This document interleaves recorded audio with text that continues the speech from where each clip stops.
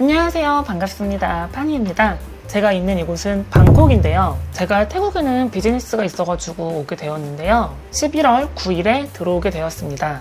오늘 영상에서 드릴 말씀은 정확하게 한 달 동안의 생활비는 아니고 11월 9일부터 11월 30일까지에 대해서만 말씀을 드리려고 해요. 왜냐면 12월 달에 또 한 달을 채워가지고 영상을 찍을 예정이기 때문에 일단은 11월에 대해서만 말씀드리도록 할게요. 회사에서 일단은 숙소를 제공을 해주셔가지고 숙소 비용은 따로 들진 않았어요. 그리고 나머지 생활비를 먼저 공개를 해드리자면 두구두구두구두구두구 75만 2천원 정도가 나왔습니다. 제가 가계부를 작성을 해보았는데요. 간단하게 카테고리 설명을 드리자면 식사, 간식, 쇼핑, 교통, 세탁, 그리고 뭐 기타 출장비, 통신, 선물 이 정도 카테고리가 있는데요. 제가 방콕이랑 코라시라는 지역을 왔다 갔다 하면서 지냈는데요. 코라시라는 지역에서는 콘도를 제공해 주셨고요. 방콕에서는 호텔을 좀 잡아주셨어요. 저의 생활 패턴을 말씀드리자면 딱히 관광 같은 거는 거의 하지 않았다고 보시면 되고요. 그냥 쇼핑몰 같은 데도 아이 쇼핑 정도만 하고, 그리고 제가 전업 유튜버거든요. 뭐 한국에서랑 똑같이 낮에는 이제 편집을 하거나 동네 구경을 하고, 그리고 밤에는 방송을 하고,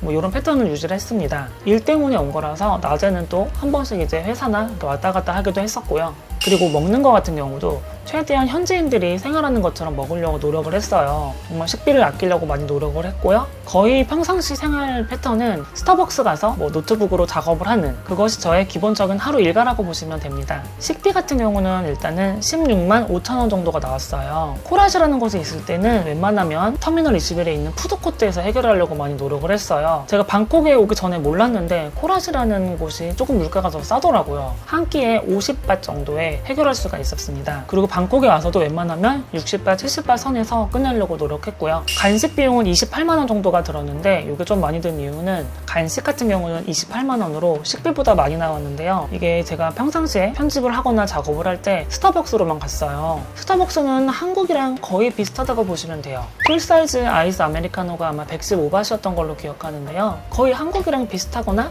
약간 저렴한 정도라고 보시면 됩니다. 태국 물가치고는 굉장히 비싼 편이에요. 여튼 또 태국에 왔으니까 이것저것 신기한 것들 맛본다고 그냥 주섬주섬 길거리 음식들 먹은 것도 있고 해가지고 간식비는 좀 이렇게 많이 나왔고요. 그 다음에 쇼핑 같은 경우는 딱히 많이 한 건 아닌데, 제가 코라시라는 지역에서 콘도에서 살다 보니까 뭐 누가 청소를 해주거나 수건이 매일 교체되는 게 아니에요. 심지어 수건도 딱 2개밖에 없었어요. 큰 거 하나, 작은 거 하나. 그래가지고 제가 수건도 몇 개 샀고요. 휴지도 두루마리 휴지도 조금 사고, 뭐 쓰레기 봉투도 사야 됐고요. 이래가지고 약간 소소하게 좀 그런 것들이 들었고요. 태국의 화장실 같은 경우는 절대 변기에다가 휴지를 버리면 안 된다고 하더라고요. 그래가지고 항상 쓰레기통에다가 휴지를 모아둬야 되고, 그러다 보니까 쓰레기 봉투랑 뭐 두루마리 휴지 이런 것도 구매를 하게 됐습니다. 원피스 같은 것도 샀고, 뭐 이런 거 저런 거 합쳐가지고 여튼 12만원대가 나왔습니다. 그 다음 생각보다 많이 든 게 교통비였는데요. 이제 제가 뭐 일 때문에 왔다 갔다 하는 지역이 지하철이 다니지 않는 곳이에요. 한국이었다면 택시비가 비싸니까 조금 돌아가더라도 지하철을 타고 좀 최대한 가깝게 가서 뭐 짧은 구간 택시를 타고 이러는 게 훨씬 저렴한데, 태국에서는 그렇게 해보니까 더 안 좋더라고요. 날씨는 엄청 더운데다가 지하철이 굉장히 돌아가고 시간도 오래 걸리고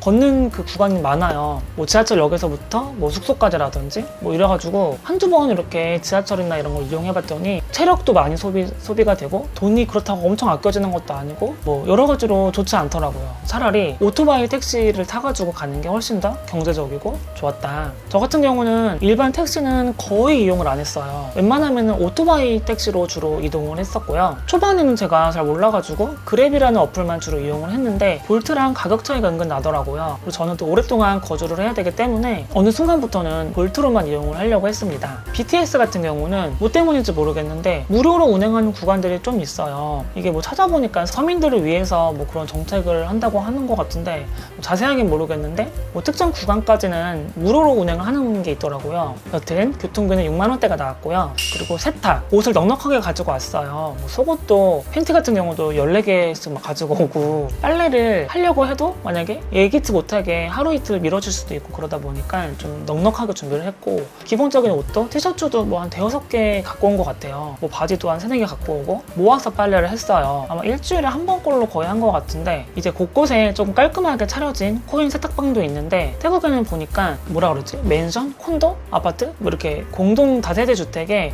그냥 1층에 코인 세탁기가 있더라고요. 물론 이제 깔끔한 그런 코인 세탁방보다는 좀 찝찝하긴 해요. 통돌이가 대부분이고 뭔가 되게 낡은 느낌이 나긴 하는데 그런 게 조금 더 싸긴 싸거든요. 근데 세대랑 섬유유연제는 또 따로 구매를 해야 되잖아요. 뭐 한두 번 하고 말 것 같으면 그냥 일회용 사면 되는데 저는 또 마트에 가가지고 일회용보다는 조금 많은 그런 걸 사가지고 빨래를 했습니다. 세탁 비용이 5,000원 정도가 나왔네요. 출장 비용. 회사에 왔다 갔다 할 때 많이 교통비도 썼지만 소소하게 뭐 이렇게 돈이 들어가는 게 있더라고요. 2,590원 정도 썼고요. 그다음 통신 비용. 한국에서 일주일짜리 유심 카드를 2개를 사왔어요. 하나는 아직 안 쓰고 있고 하나를 주로 썼었는데 전업 유튜버다 보니까 라이브 방송도 해야 되는 상황이었어요. 코라스에서 구해줬던 콘도에는 와이파이가 아예 없고 심지어 LTE 신호가 너무 약한 거예요. 여튼 그걸로 핫스팟 잡아가지고 쓰긴 썼는데 나중에 뭐 충전도 하고 그랬거든요. 300바트 정도 충전을 했네요. 11,000원. 이거는 이제 한국에서 사온 금액은 제외한 금액인데요. 한국에서 일주일짜리 배송비까지 해가지고 거의 2만원 가까이 들었던 것 같아요. 그 다음에 선물. 제가 예전 영상에서 올렸는데 PMC라고 태국 현지인과 친구가 됐어요. 그 PMC한테는 바디용품 조금 드렸고 그리고 꼬꾸랑 친구한테는 뭐 화장품이랑 이런 거 좀 사줬거든요. 그런 게 해서 이제 10만원 정도 나왔습니다. 이렇게 합쳐서 대략 75만원 정도가 나온 건데요. 환율은 곱하기 37로 계산을 했습니다.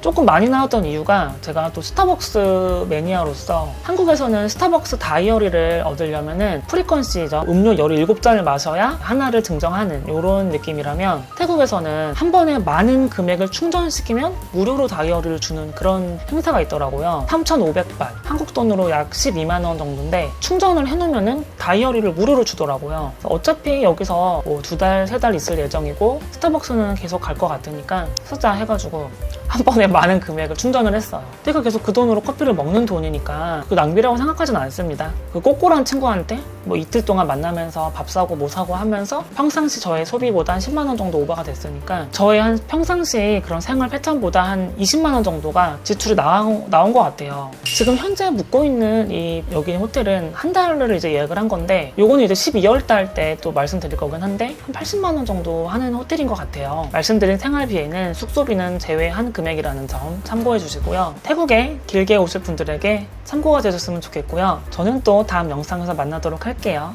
좋아요랑 구독하기 눌러주시고 저는 다음 영상에서 뵙도록 하겠습니다. 안녕.